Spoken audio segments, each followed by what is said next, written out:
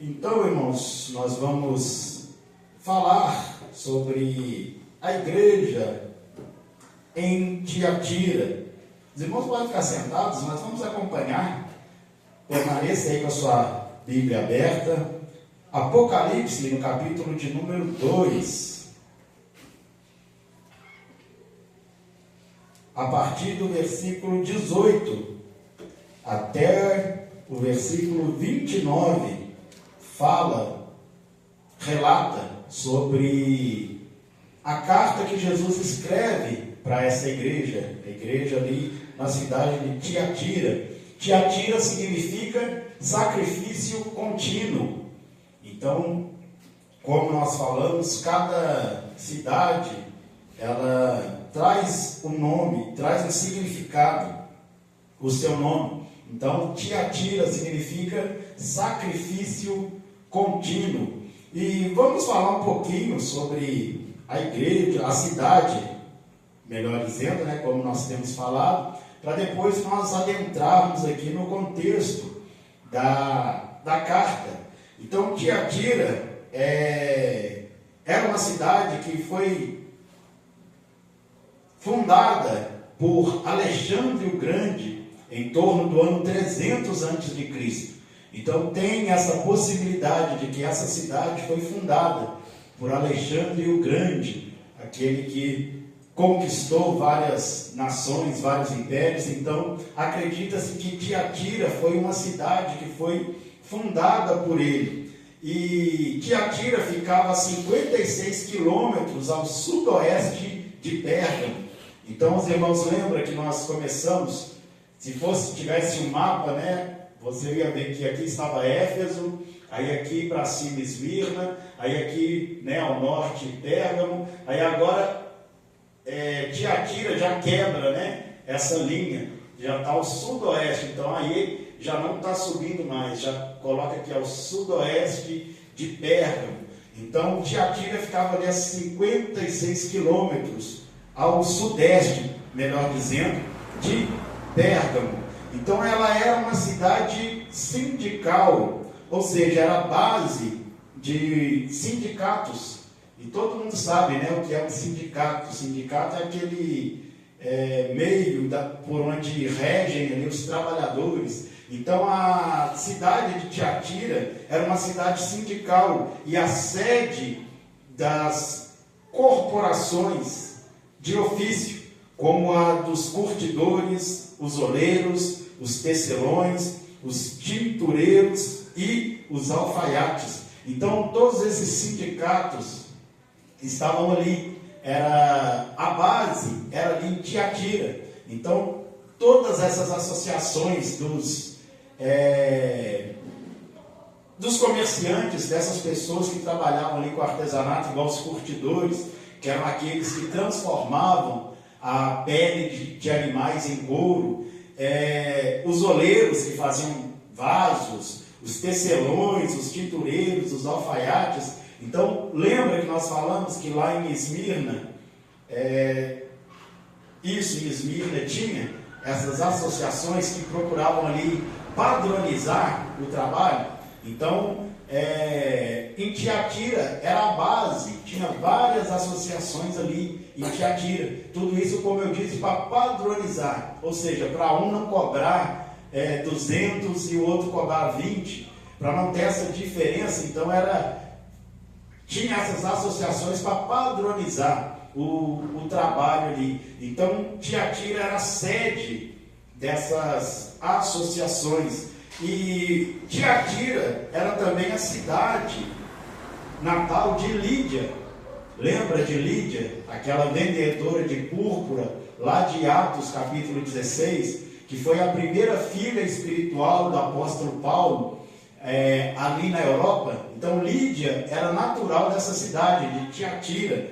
Então, essa cidade já fazia parte desse contexto bíblico. Como nós já falamos, as 7 igrejas dessas 7 cidades foram escolhidas por causa disso, da sua influência que elas exerciam na época. Então Éfeso, Esmirna, Pérgamo, e agora Tiatira tinha grande influência naquela época. Então, como nós vimos no último estudo, Pérgamo, que era a capital política de toda a Ásia, agora Tiatira era a sede dessas associações, desses sindicatos, desses trabalhadores. E aí, nesse contexto, que Jesus escreve a sua carta para a igreja ali em Tiatira.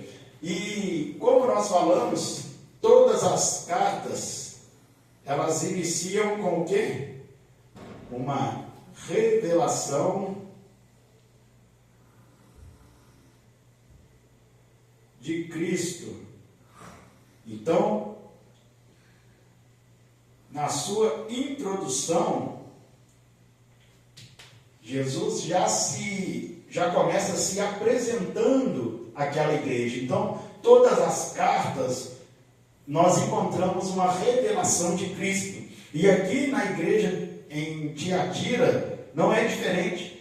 Olha o versículo 18, que diz assim: e ao anjo da igreja de Tiatira escreve: isto diz o Filho de Deus, que tem seus olhos como chama de fogo, e os pés semelhantes ao latão reluzente. Então aqui Jesus se apresenta como sendo o Filho de Deus.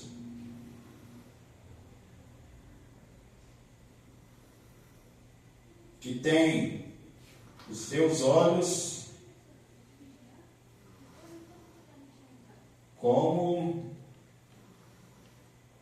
chama de fogo,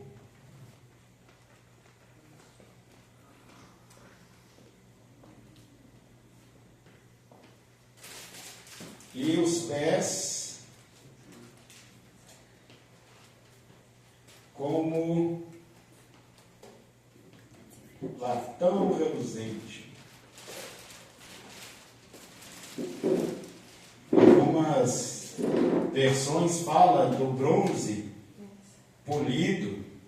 Então Jesus aqui ele se apresenta como sendo o Filho de Deus, aquele que tem seus olhos como chama de fogo e os pés como latão reluzente. E por que Jesus se apresenta dessa maneira à igreja ali em Tiatira? Como nós já falamos anteriormente, em cada contexto, em cada cidade, em cada igreja, Jesus se apresenta de uma forma para combater um erro, algum inimigo, alguma coisa que estava acontecendo ali naquele lugar, naquela cidade. Então Jesus, como nós falamos, lá em Esmirna, ele se apresenta como aquele que morreu, mas ressuscitou. Por quê? Porque a igreja estava passando por perseguição, muitos estavam morrendo. Então Jesus se apresenta ali como sendo a ressurreição e a vida, vamos assim dizer. Para quê? Para mostrar para aqueles irmãos que a morte não era o fim,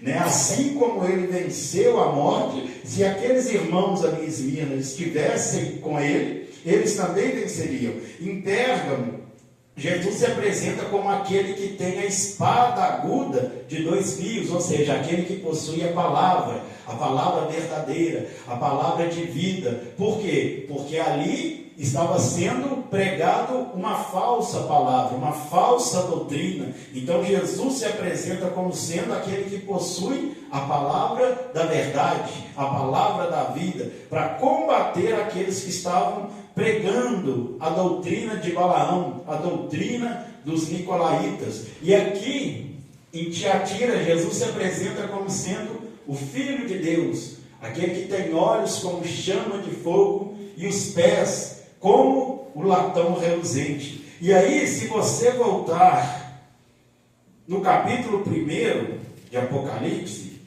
no versículo 14 e no versículo 15, olha o que diz, Apocalipse capítulo 1, versículo 14 e 15. E a sua cabeça e cabelos eram brancos como a lã, como a neve, e os seus olhos como chama de fogo, e os seus pés semelhantes ao latão reluzente.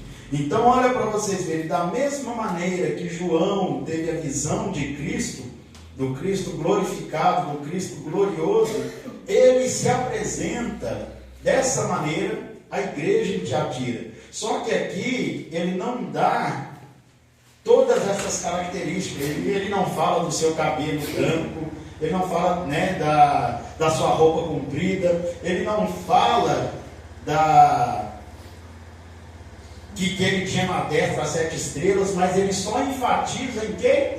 Nos olhos e nos pés, chama de fogo e latão reluzente. Por que Jesus se apresenta assim para aquela igreja? Para mostrar que ele, o Cristo glorioso, né? O Cristo glorificado, ele precisava se manifestar assim. Por quê? Porque a igreja em Tiatira estava enfrentando um período de escuridão, estava enfrentando um período de trevas. Por isso que ele se apresenta aqui, ó, como fogo, como latão reluzente, para trazer o quê? Luz. Porque o fogo ilumina, o latão reluzente ilumina. Então Jesus, ele se apresenta dessa maneira para isso, por causa da escuridão que estava habitando ali na igreja em Tiatira. Então a glória de Cristo é revelada aqui para a igreja em Tiatira, que aí nós vamos entender o porquê, né? Que aí nós vamos pular aqui, ó, o ponto 2, que nós sempre falamos, né? Que é o ponto forte da igreja.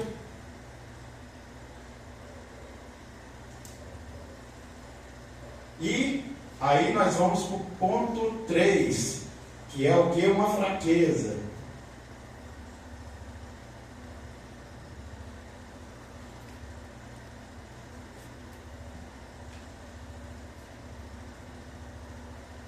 E o ponto 4, que é o que? Um inimigo.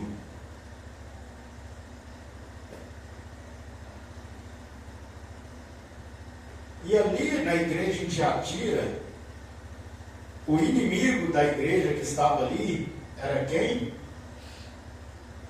Jezabel.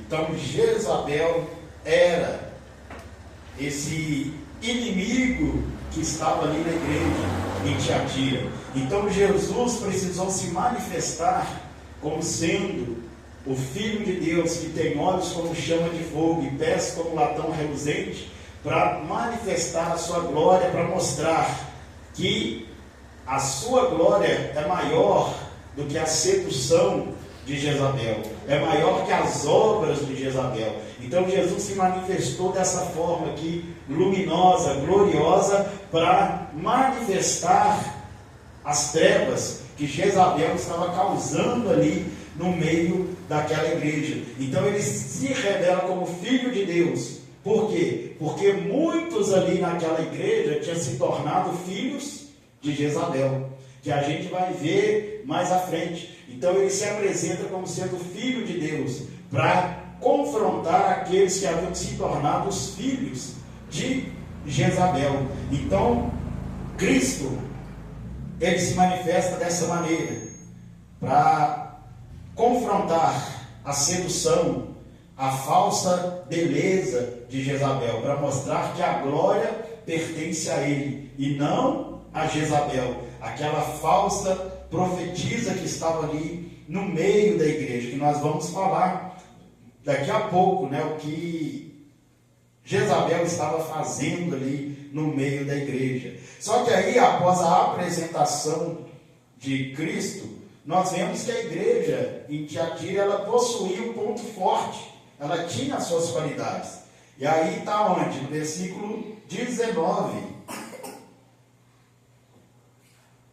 Eu conheço as tuas obras, e amor, e serviço, e fé, e a tua paciência, e que as tuas últimas obras são mais do que as primeiras. Então, a igreja em Tiatira, ela tinha vários pontos fortes.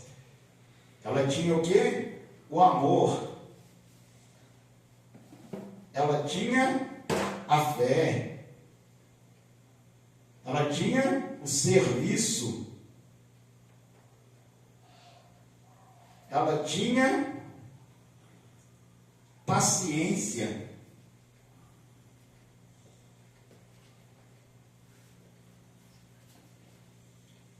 E as últimas obras eram maiores do que as primeiras. Últimas obras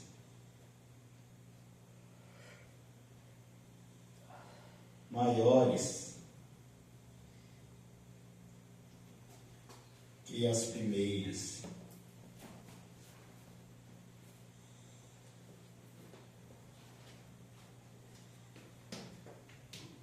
Então a igreja em Tiatira era uma igreja que exercia o amor, era uma igreja que tinha o amor, não só para com Deus, mas também para com seu próximo, para com o necessitado, para aqueles que precisavam, né? Então era uma igreja que tinha amor, era uma igreja que tinha fé, era uma igreja que tinha serviço. E quando a gente fala aqui de serviço, a gente não fala somente daquele serviço dos sindicatos que haviam ali em Tiatira.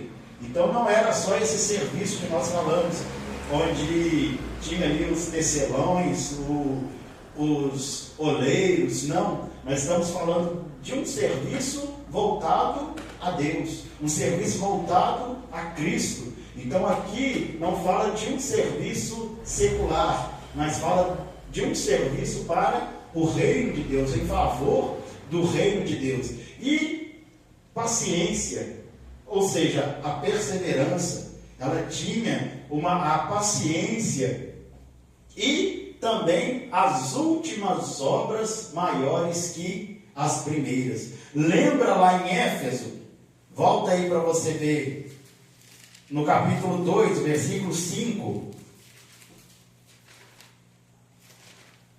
Isso, capítulo 2, versículo 5. A igreja de Éfeso, ó. Lembra-te, pois, de onde caíste, e arrepende-te, e pratica as primeiras obras. Pratica as primeiras obras. Aí, para Éfeso, eles tinham que voltar a praticar as primeiras obras. Por quê? Porque eles tinham parado de praticar, eles tinham parado de fazer. Só que aqui em Tiatira, nós vemos que Tiatira fazia o contrário. O quê? Ela não só fazia as primeiras obras, mas ela perseverou tanto que as suas últimas obras eram maiores do que as primeiras. Então lembra quando você se converteu, que você estava lá buscando ao Senhor com fervor, passava, né, o dia todo pensando, meditando na palavra, às vezes estava trabalhando, mas ficava pensando na palavra que foi pregado no culto da noite passada, né? Buscava o Senhor, chegava em casa, tirava o seu tempo para o Senhor. Essa é o que? São as primeiras obras. Mas aí a igreja em Éfeso parou de praticar essas primeiras obras. Mas a igreja em Tiatira não. Eles continuavam praticando essas obras, tanto é que passou o tempo e ao invés de diminuir, não. As obras, as últimas obras são maiores, foram maiores do que as primeiras. Então é uma igreja que tinha o quê? Um crescimento espiritual. Não é uma igreja que começou bem e teve um declínio, não. Era uma igreja que começou e subiu. Praticou as primeiras obras e de maneira que as últimas obras foram maiores do que as primeiras. Então a igreja em Tiatira tinha amor, fé, serviço, paciência e as últimas obras maiores do que as primeiras. Só que aí, agora começa o quê?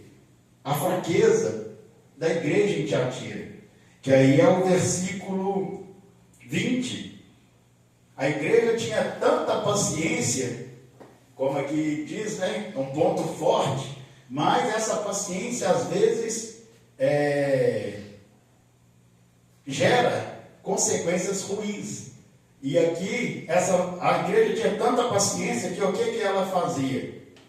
Versículo 20. Mas algumas poucas coisas tenho contra ti, que toleras Jezabel, mulher que se diz profetiza.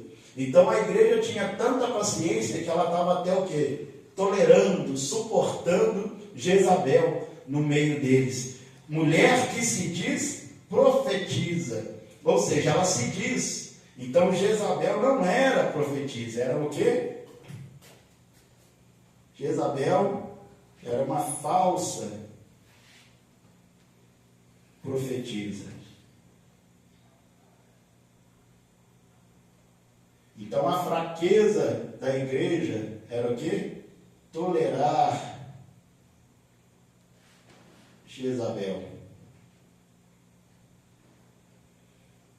E aqui, irmãos, essa Jezabel não é aquela esposa de Acabe, que às vezes a pessoa pode pensar, mas é a esposa de Acabe lá do Antigo Testamento que ressuscitou e voltou, não. Lembra lá de Pérgamo, que fala ali da doutrina de Balaão? Não era o Balaão lá do Antigo Testamento também, mas era a doutrina dele. Era a doutrina, aquilo que ele ensinou, vamos assim dizer, para Balaque, para fazer o povo de Deus tropeçar. Então a sua doutrina estava sendo ali exercida no meio dos irmãos ali em Pérgamo. Então Jezabel aqui não era aquela mulher, né, esposa de Acabe, era outra Jezabel, uma mulher que se dizia profetisa, mas era falsa profetisa. Só que ela fazia a mesma coisa que a Jezabel lá nos dias de Acabe, que era o quê? Levar o povo ao pecado.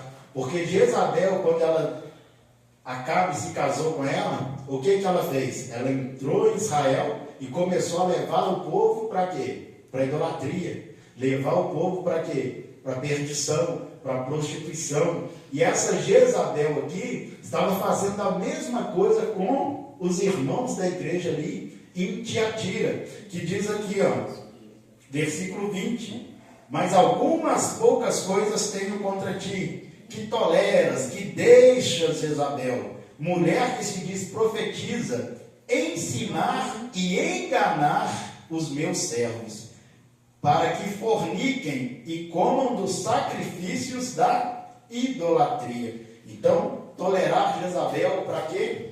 Para ensinar e enganar.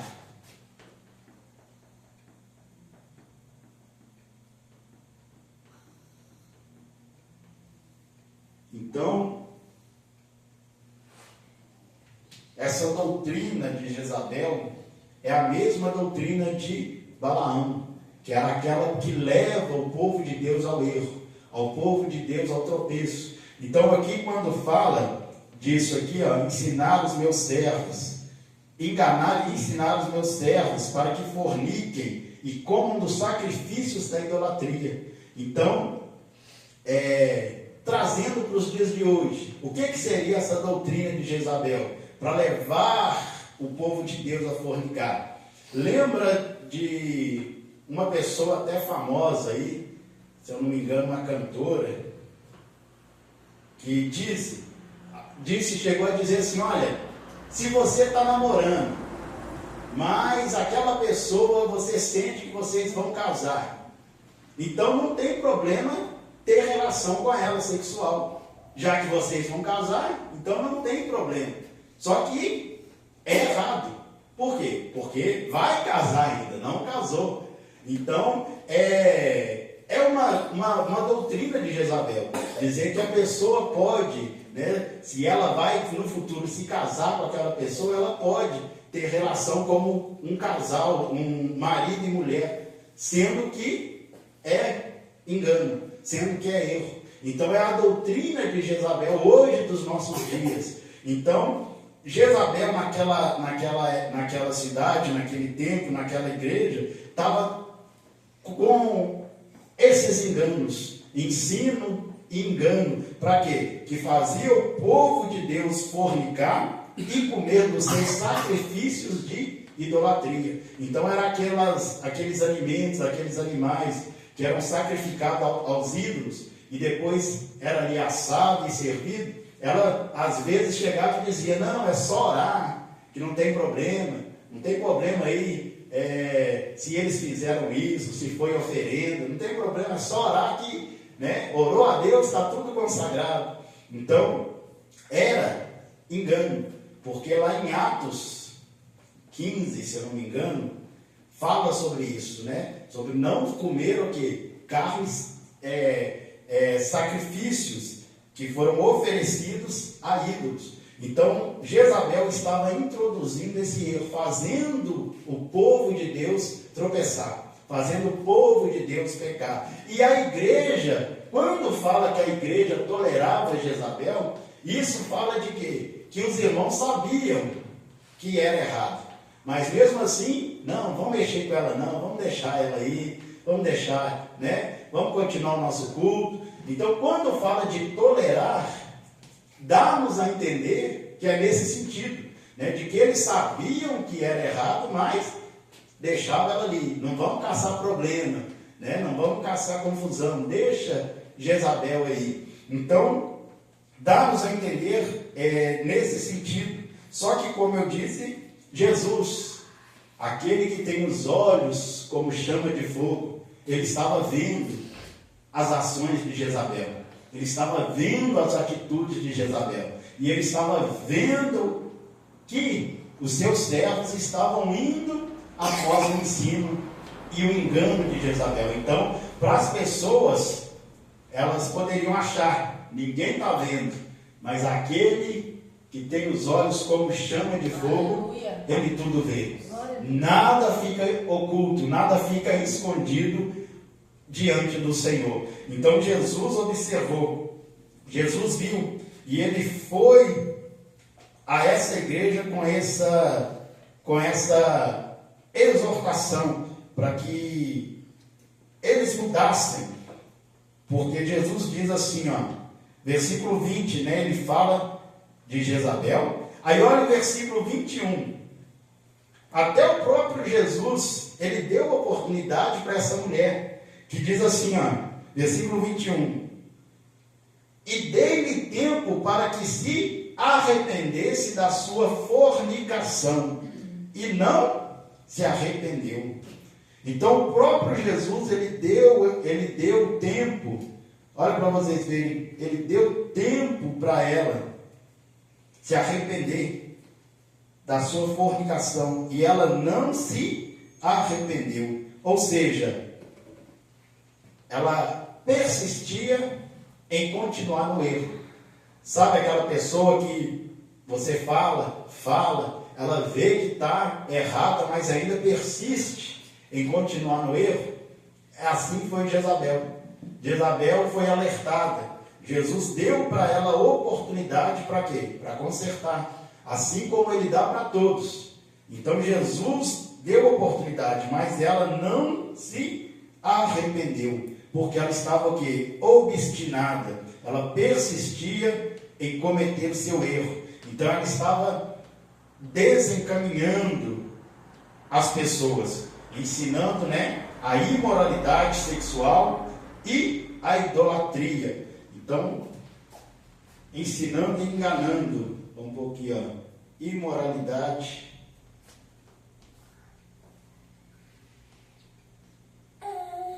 sexual e idolatria.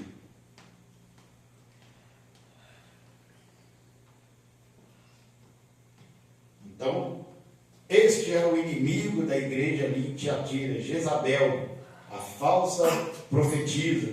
Então Jesus deu a ela a oportunidade, mas ela não se arrependeu. Por quê? Porque Jesus, ele dá a oportunidade, mas quando a pessoa tem um coração duro demais, aí chega o tempo em que a graça termina. Aí fica o quê? sem graça, né? Literalmente fica sem graça, quando a graça termina. Então a graça de Jesus, ela se encerrou sobre a vida de Jezabel, porque ela não se arrependeu. E aí, olha para você ver o juízo que veio, versículo 22. Eis que a porei numa cama. E aqui fala de quê? De um leito de dores. Fala de uma enfermidade. Então ela que estava levando o povo ao pecado, iria acabar o quê? Numa cama, enfermo. E aí, vem para a igreja agora, ali em Tiatira, vem o que? O quinto, uma exortação.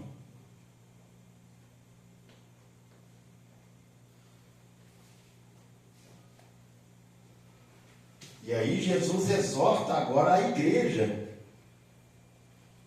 Eis que a porei numa cama, ou seja, num leito de dores, e sobre os que adulteram com ela virá grande tribulação, se não se arrependerem das suas obras. Então, sobre aqueles que adulteram com ela, virá o quê? Virá grande tribulação.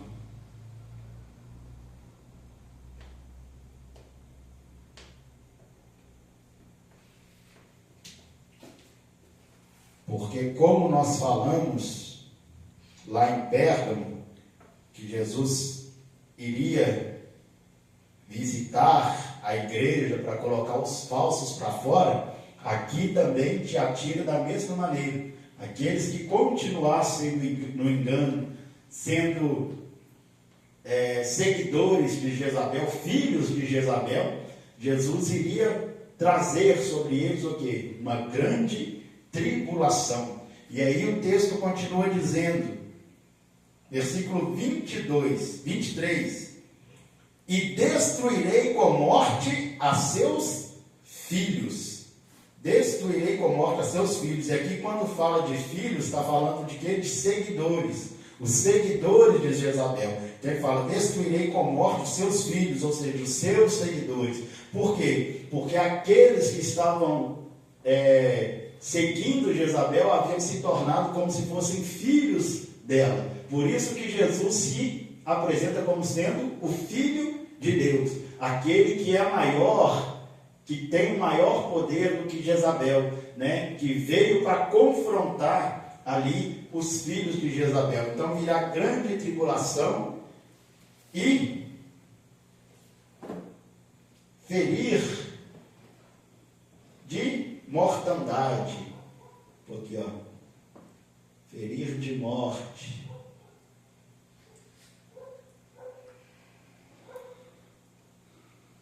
Ferir de morte os seus filhos. Para quê? Com um propósito.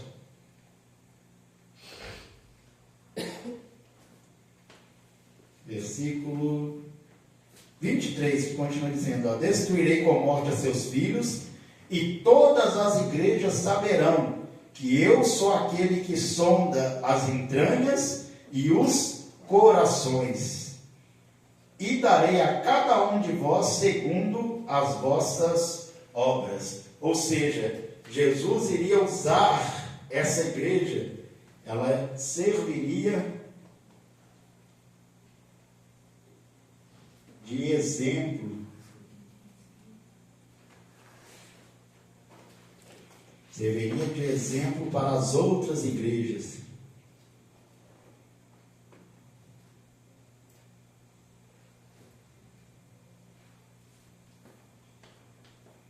Quanto à ira de Deus.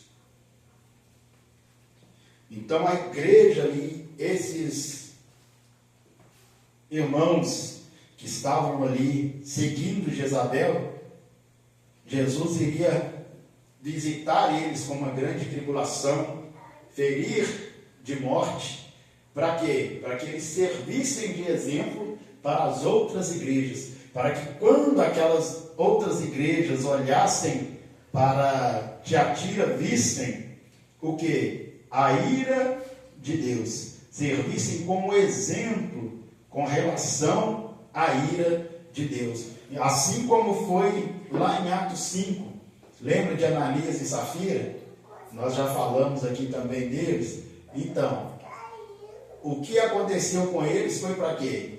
Para servir também de exemplo para os fiéis ali que estavam ali em Jerusalém. Então, quando nós lemos ali o versículo 11 de Atos 5, nós vemos que quando aconteceu aquilo, que Ananias morreu, Safira morreu, veio o quê? Um grande temor sobre o povo. Então, eles serviram de exemplo para as outras pessoas. O temor de Deus caiu sobre eles. Então, aqui Jesus estava falando sobre essa mesma coisa, essa mesma situação, que a igreja de Tiatira, esses filhos de Jezabel, iriam servir de exemplo para as outras igrejas, quanto à ira de Deus, para que eles fossem um exemplo de que Deus, ele é amor, mas ele também é justiça, ele também é justo. E aí, nós vemos falar que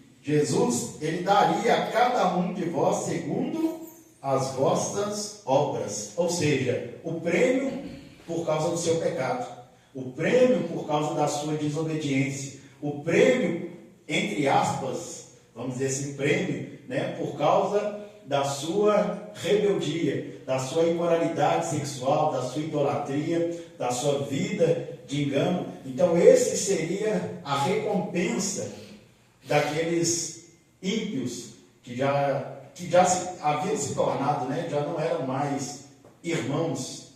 Por quê? Porque já não estavam mais servindo ao Senhor, mas estavam servindo mesmo a Jezabel. Então, esse seria o prêmio por causa do pecado deles.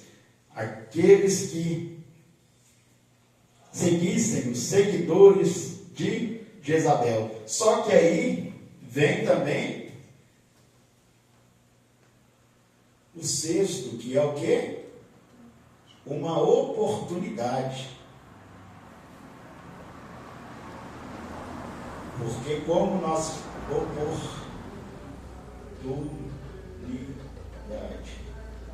Porque como nós falamos, para todas as igrejas, Jesus, ele se revela de uma maneira, ele fala de um ponto forte da igreja, ele fala de uma fraqueza, ele fala de um inimigo, ele traz uma exortação, mas ele também dá o quê? Uma oportunidade. E aí a oportunidade está onde? No versículo 22. No 22 fala assim, ó, lá no finalzinho: eis que a porei numa cama, e sobre os que adulteram com ela virá grande tribulação, se não se arrependerem das suas obras. Então a oportunidade é essa. É o quê? O arrependimento.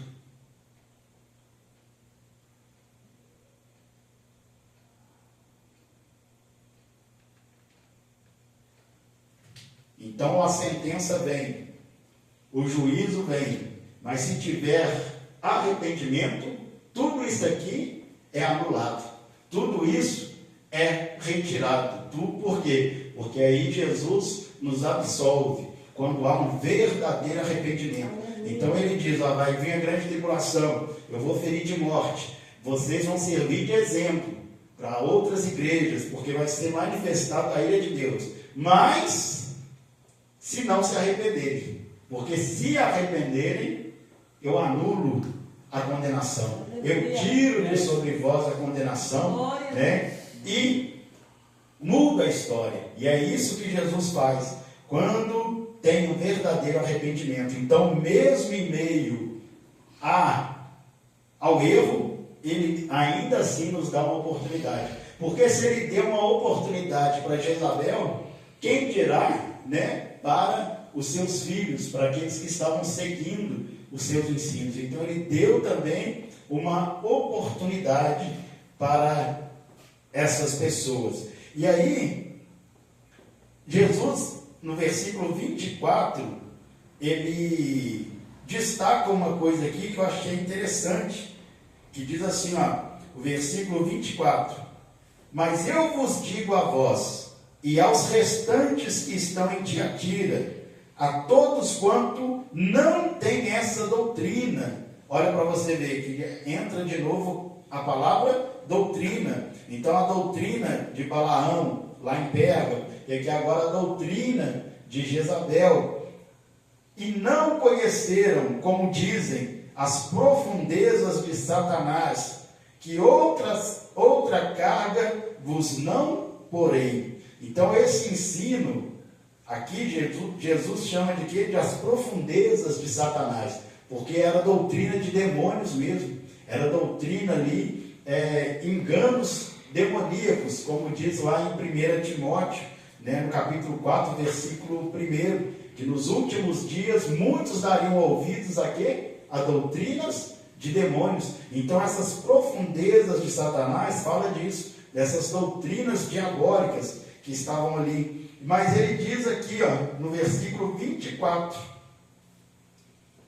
que ainda tinha quem? Um remanescente fiel. Ainda havia aqueles que não haviam se corrompido. Então nem todos os que estavam aqui na igreja em Tiatira haviam se corrompido. Então tinha aqueles que permaneciam fiéis. E esses que permaneceram fiéis foram os que fizeram a diferença. Como é sempre, no decorrer da história da igreja, sempre tem aqueles fiéis. E é esses que fazem a diferença. Ainda que a minoria, mas Jesus conta com essa minoria. Jesus sempre contou com essa minoria, mesmo pequenos, mesmo em menor número, mas fiéis. E ali em Tiatira tinha esses fiéis. Os restantes que estão em Tiatira, a todos que não têm essa doutrina e não conheceram, como dizem, as profundezas de Satanás. Aí o que Jesus diz? No versículo 25, outro ponto forte da igreja: mas o que tendes, retende-o até que eu venha. Mas o que tem, retende-o até que venha. E o que eles tinham? O amor, a fé, o serviço, a paciência, as obras maiores. Então tudo isso aqui, eles tinham que guardar até que ele venha. E é isso que nós temos que fazer: guardar aquilo que nós temos até que ele venha. Se não for no arrebatamento, se for de uma forma individual, mas que nós guardemos, que nós retenhamos tudo aquilo que nós temos: o amor, a fé, o serviço, a paciência, as boas obras. Tudo isso nós temos que guardar, reter, conservar, para apresentar diante do nosso Senhor, para apresentar diante dele. Por quê? Porque aí entra o versículo 26, que é o quê? O ponto 7, que é uma promessa.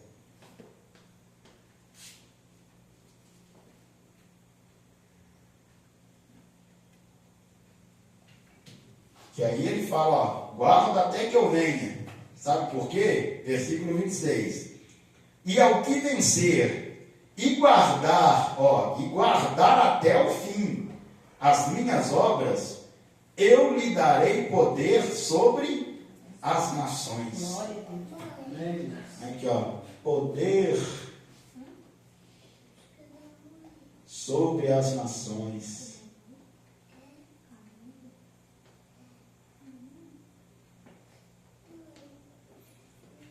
E aqui, em contrapartida, como nós falamos da situação de como era a cidade de Tiatira na época, lá tinha os sindicatos, as associações dos agricultores, dos artesãos. Então Jesus está falando, olha, às vezes, algum de vocês vão querer ter poder, né, nesse sindicato, ter autoridade lá, ser um dos chefes do sindicato, mas eu tenho uma coisa melhor. Aleluia. Eu tenho uma coisa grande para vocês.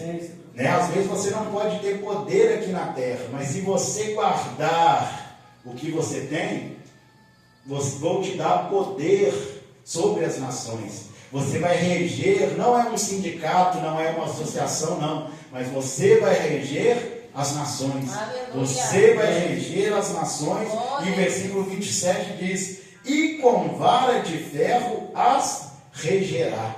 E aqui quando fala vara de ferro, né, e serão quebradas como vasos de oleiro, como também recebi de meu Pai. Isso fala de quê? De uma autoridade absoluta, onde ninguém se opõe, onde ninguém oferece resistência. Então, reger com vara de ferro é isso, é autoridade total, autoridade absoluta, né? Onde ninguém se opõe. Então, Jesus aqui está falando sobre isso, que Ele vai dar um poder absoluto para os vencedores. Ele vai dar um poder total para a igreja, para poder reinar com Ele, para poder estar lado a lado com Ele no seu reino, poder sobre as nações. E aí, o versículo 28 diz: e dar-lhe-ei a estrela da manhã. Então, poder sobre as nações e a estrela da manhã.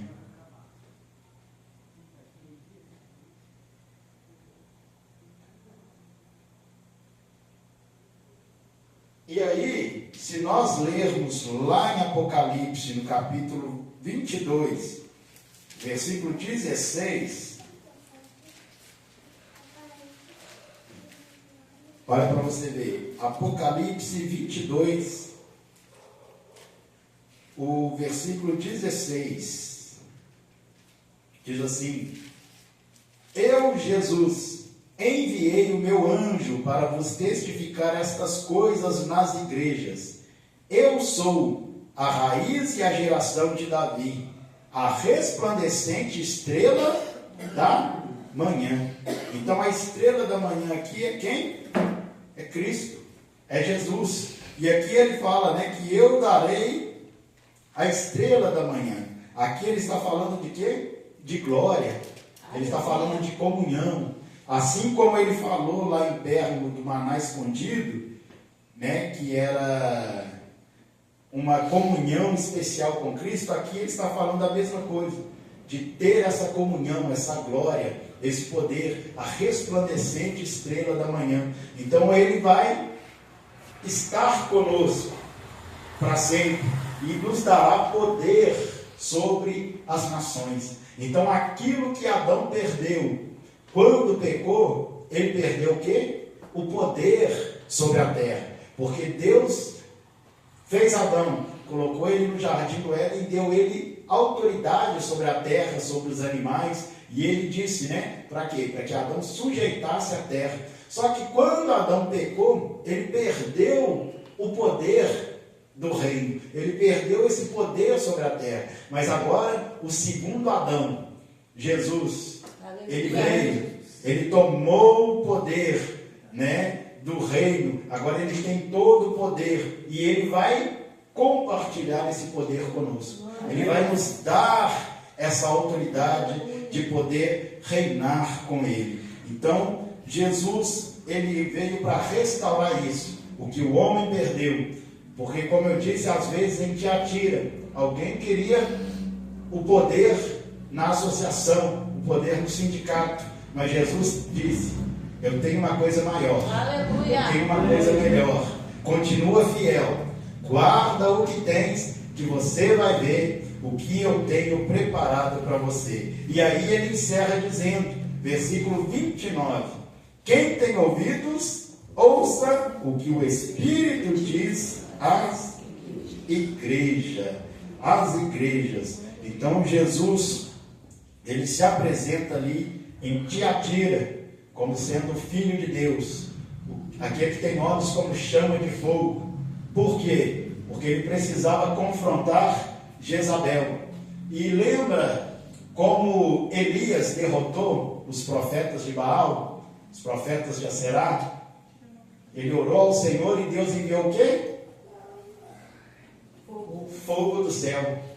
Deus enviou fogo sobre o altar. E ali ele mostrou que só o Senhor é Deus. Então Jesus diz: olha, eu sou aquele que tem os olhos como chama de fogo. Para lembrar o povo que, assim como Elias derrotou os profetas de Jezabel, quando o fogo do Senhor desceu, ele possui os olhos como chama de fogo. Aquele que tem poder para vencer, lançar fora os falsos ensinos, o engano de Jezabel e dar poder sobre as nações para aqueles que se manterem fiéis. Amém?